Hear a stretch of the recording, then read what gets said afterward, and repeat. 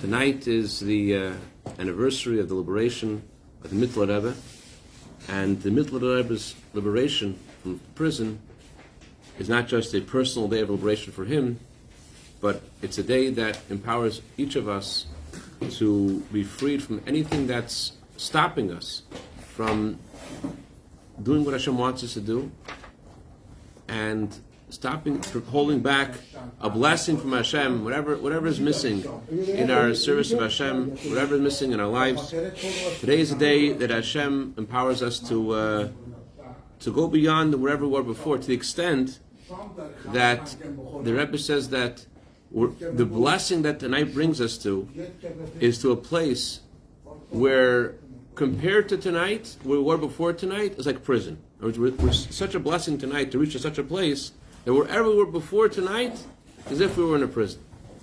And so, this is a pretty tall, very broad-stroked statement about the day of the 10th of Kislev, and it's especially considering how much the number one consistent thing that we all know in our lives is change, and to have this broad-stroked, glorious blessing sounds almost impossible. We all are familiar with ourselves that life doesn't go like in just a straight path. There's ups and there's downs. And the question is, what is the purpose of all of these downs that we have in our life? And it would be so much nicer and better and more beautiful if we just went up and straight. And yet, we know that in our lives, not everything is straight. Not everything is just rosy. There's ups and there's downs. And the question is, what's the point of that? Why does Hashem make that in our lives? To make these, I'm not talking about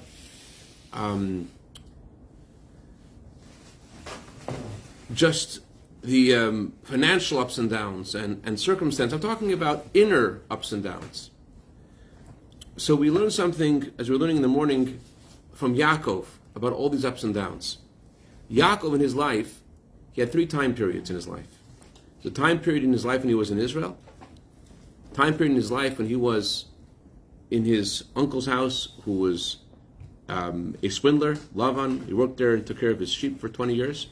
And there is a conclusion of his life in Egypt. These 3 time periods represent 3 different kinds of spiritual states. There's being in Israel, which means serving Hashem in a perfect way. You have no obstacles, you have nothing attracting you to do the wrong thing, nothing that's disturbing you. You're like a tzaddik. Being in Lavan's house, being in Haran, means being in a state that does challenge you, that does pull you away. And being in Egypt means that you're in a state which not only challenges you, but brings you down. Not just it challenges you and tries to bring you down, but actually does bring you down. And again, the question is, why does Hashem make these Egyptian moments in our life where we're not just challenged, but just like when Yaakov, when he was in Egypt, the Egyptians wanted to turn him into an idol. Not just he had to withstand the unhealthy environment of his uncle of his wife's uncle Lavan, but he was in a place that they actually wanted Yaakov to become an idol. It was a place that attacked him, and yet the Yaakov is successful there, and things are turned around, and Yaakov is able to leave there after he passes away and go to Israel. But the question is, what's the point of these? In the metaphor, Egypt means extreme challenges. As the Torah says that Egypt was the worst of all nations. What's the point of all this? So we can get an insight from a story of Mittler Rebbe. There was a chassid of Mittler Rebbe whose name was Rabbi Yehuda Eisel Zeitlin. Yehuda Eisel Zeitlin was a very great Torah scholar, and he was considering what he should do with his life. He got married, wanted to know what to do, and he had an audience with the Mittler Rebbe, and he asked Mittler Rebbe what he should do, and he thought for sure Mittler Rebbe was going to tell him that he should become a teacher, become a rabbi, because that's what he was good at. He knew a lot of Torah. And instead, Mittler Rebbe just says, become a shopkeeper, open a store. And before he could question Mittler Rebbe, he's already out of the Mittler Rebbe's room, and he's wondering what just happened here. And then he goes back to Mittler Rebbe a few days later. You said to be a shopkeeper? Like Mittler Rebbe said, yeah, become a shopkeeper. I know you have a question about this because you'd rather become a school teacher. But let me tell you something. The Rebbe said there was a town called Shklov, where there were a lot of merchants who would sell their wares in Shklov, but they would travel to Leipzig to buy their wares. Take a long time to go to Leipzig to buy your wares, take a month to travel, a month coming back. And Leipzig had this fair for many months of the year. So if you were a merchant in Shklov, you were spending a lot of time in Leipzig buying merchandise and selling it in Shklov. So the Rebbe said, if a merchant is doing all of his business in Leipzig for most of the year, why then do we call him a merchant from Shklov? Why do we call him a merchant from Shklov? Because that's where his whole purpose of his business is. The whole reason he's traveling to Leipzig is to sell his wares in Shklov. And therefore we call him a merchant of Shklov. Similar way, the Rebbe said, the purpose of why you have this business is in order for you to be able to have an hour of Torah study. That business grants you, this profession grants you. That's the point of the business. That's the inner meaning of it. So today I want to take that point further and go a little deeper into not just unhealthy environments, but again to failure. There's a beautiful teaching from Baal Shem Tov that we have because his grandson, Degel Machne Ephraim, the Baal Shem Tov had a daughter named Odel, and a son-in-law named Rabbi Yechiel, and they had a child who wrote a book called Degel Machne Ephraim. And he shares a teaching, an amazing teaching, that could open a door for us in our lives in an amazing way. Really, it's a game changer. If your life isn't the same before you know this teaching and after you know this teaching. It's something amazing about this week's Torah portion. This week's Torah portion begins with the ladder of Yaakov. Yaakov has this ladder in his dream. Angels going up the ladder, angels going down the ladder. What's the meaning of this? So Baal Shem Tov explained, the ladder is your life. And you have moments in your life when you're going up, and your moments going down. Don't think the reason you're going down is because you're a failure. Don't think that you're the exception to the rule, and that's why you have these down moments. Rather, it's something that God imbued into the ladder. God imbued into life, that there are angels bringing you down and angels bringing you up. There are forces in you that Hashem created that you have what chassidus calls katnas hamoichin. You have a small-minded perspective, and you just are confused. And Hashem creates that. It's not because you're weird. It's not because you're low. It's not because you're ugly. It's not because of your brother-in-law. Hashem put this into you, and there's a purpose why God put this into you. Why did He put that into you? There was a very brilliant musician named Isaac Yitzchak Perlman.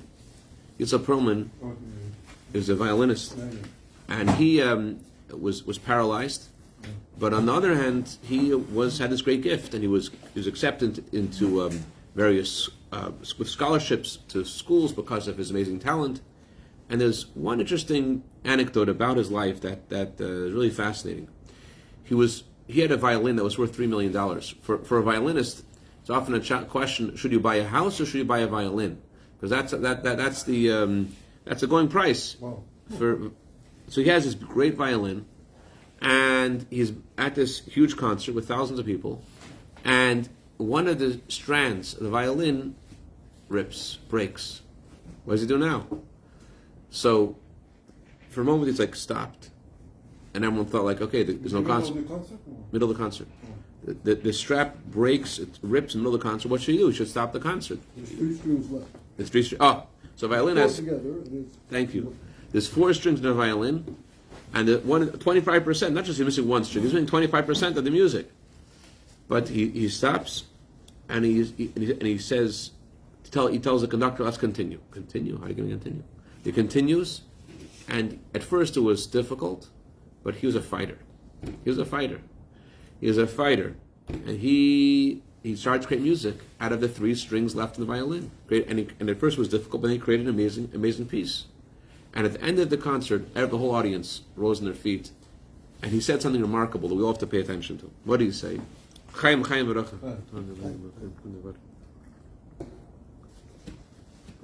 He said, you have to use whatever God gives you. Use whatever God gives you, have to use. And that's the meaning of the dream of Yaakov, the ladder going up and down. Hashem makes you have a ladder. And in your life, you're having moments of confusion, moments of you don't know why this happened to you. Ups and downs. But it's a real down, and you feel down, and you're like in an Egyptian state with a great challenge that you often succumb to. But there's a purpose for that. What happens to Yaakov in the dream? Yaakov wakes up from the dream. What does Yaakov say? What's his first thing he says? Wow!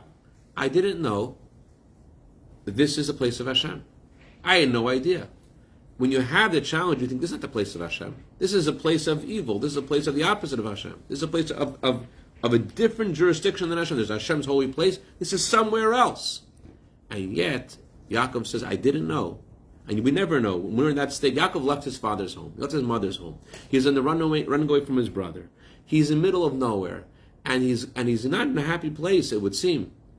And it's a big downer. He's leaving his father's home for him. Can you imagine? Like, tonight's the anniversary of passing of the anniversary of the redemption of the Mittler Rebbe. Mittler Rebbe, when he was a child, he loved learning chassidus so much that he needed chassidus to live. Like at one time, his father gave him a consequence for something that he had done, and the punishment was that he couldn't come to learn chassidus to the Alter Rebbe. But he got sick because of it. He got sick, and the Alter Rebbe had to tell him chassidus because he needed to hear the chassidus. The Mittler Rebbe, it was a different kind of person. As Tzemach Tzedek said, that if you prick him with a needle, blood wouldn't come out, chassidus would come out. That's the kind of person he was. So Yaakov can imagine leaving his father's home. It was a big downer. It was a big downer, and yet, what happens? You realize this is a place of Hashem. The ladder stands on the floor, but it reaches the heavens. If you see someone having exponential growth, it's because there's something behind that. There was some kind of a challenge that person had that forced them to dig deeper and have that growth. The growth doesn't happen in a vacuum. The growth happens because there's something else that challenged them, that made them dig deeper. There's a tzaddik called the Ribnitzer. His name is Chaim Zanvil Abramowitz. He lived in Moldova. He lived in Muncie. And he has this interesting custom. His custom was he would daven Ma'ariv very late. He would pray his evening prayer very late. Unlike this shul, which started 2 minutes early. What happened tonight? You tried. I tried. Okay, thank you. All right, anyways. So anyway, getting back. Whatever. Anyways, the Ridden Rebbe, he would pray Ma'ariv very late. In order to pray Ma'ariv, you need to have two things. You need to have 6 people praying with you and 10 people in the room. So it's 1 o'clock in the morning. They have 9 people. They need to have a 10th person and the 6th person to join the prayers. The guy's passing by, and he knows the score. He's seen this happen before. Hey, did you daven yet? Did you pray yet? Okay, no problem. He comes inside. He thinks that they just need a 10th man. He already prayed already, but he thinks they just want the 10th man, even though he prayed already. So Rebbe Rebbe starts davening, and he stops. He says, somebody prayed already. Someone prayed. We can't do it. Only 5 people didn't pray. So the guy walks over to the Rebbe afterwards. He says, you have no idea what you just did for me. You have no idea how you helped me just now. He said, I am so not into my prayers at this time. I say all the words, but I wonder, does anyone even listen to my prayers, which I don't put my heart into? Why would Hashem listen to prayers that I don't want to listen to? Like, why would he care? And yet you knew I prayed. How'd you know I prayed? Because it was registered somewhere. Where was it registered? Rabbi Yisrael, where was it registered? Why would it do anything? Yet because it's registered in heaven, registered in Shemayim. Since it was registered in Shemayim, in heaven, my prayers did something. That's how you knew that I prayed. So this is what Hashem is telling Yaakov. What happens to Yaakov? He wakes up, and what does Hashem give him?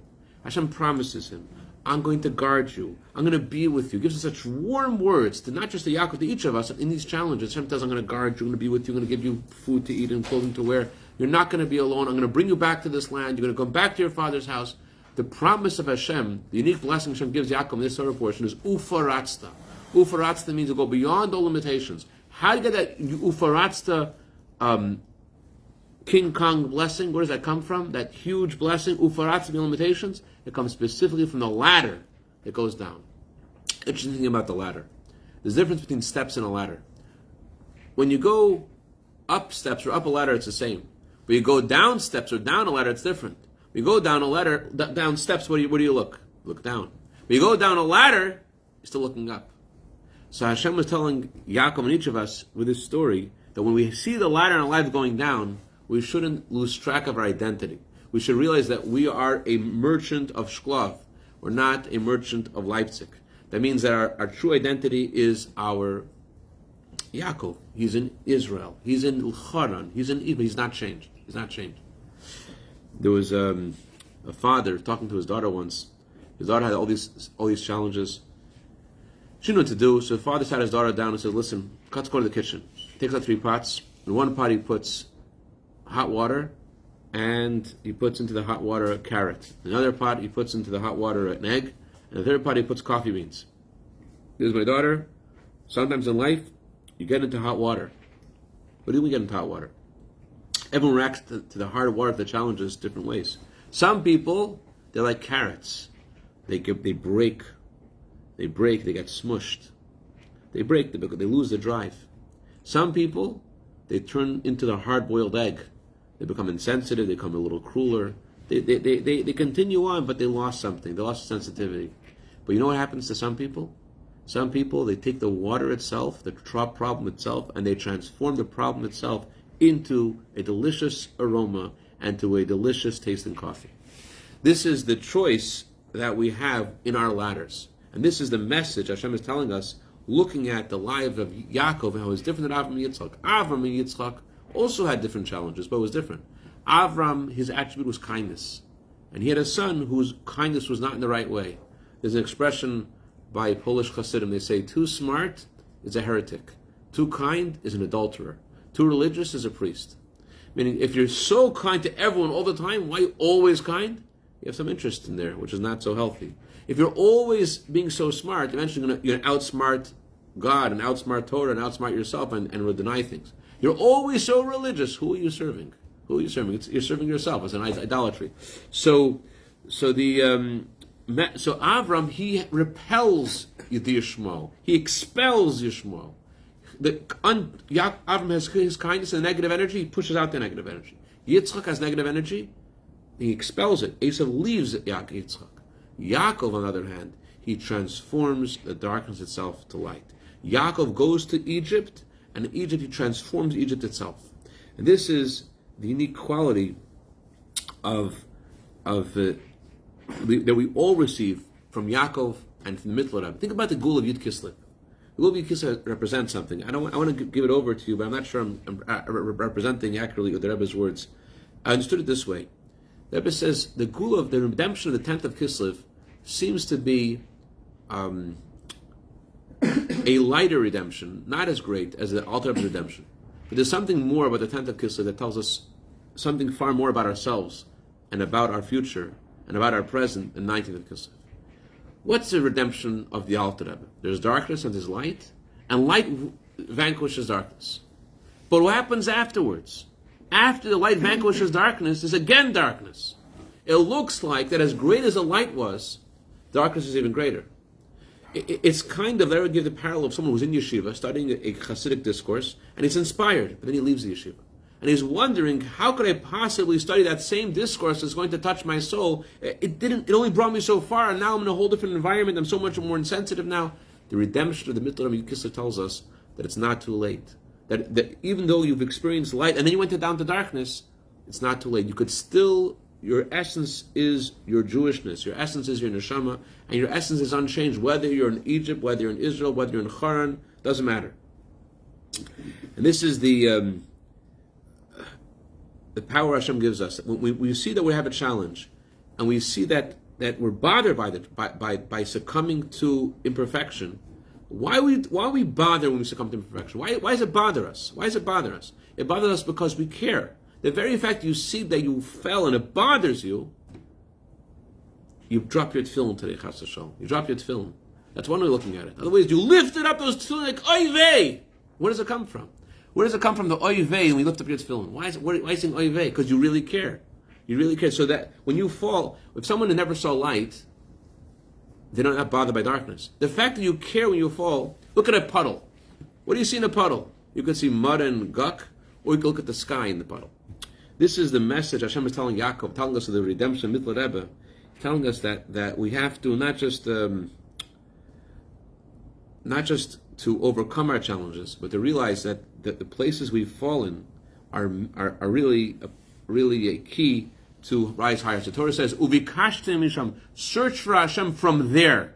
Where's there? So chassidus says, from there, means from the place of evil. Zeh shar shamayim. That's the gate of heaven. As Hashem told Yaakov, this is the Torah portion. That's what the blessings are, and that's what the Torah means when it says to conquer Yetzer Hara. It doesn't say to break your Yetzer Hara. It says who is great, who is strong, who is mighty. To someone who conquers the Yetzer Hara. Why say conquer? Why is it someone who withstands them, someone who breaks them?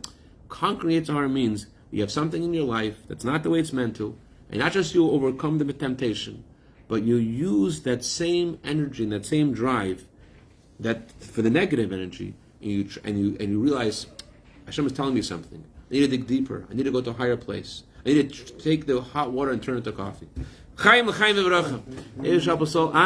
We should go out of our limitations. We have redemption. It says today we're empowered, as I mentioned before, to reach such a place that everything was before tonight was like the exile, was like imprisonment. That's the bracha of tonight. To go to a whole new place. And specifically, if we find challenges, that's a sign that we're able to go deeper. That's how Hashem is giving us an opportunity higher. That's what it means. Hashem gives you a challenge. You know what it means?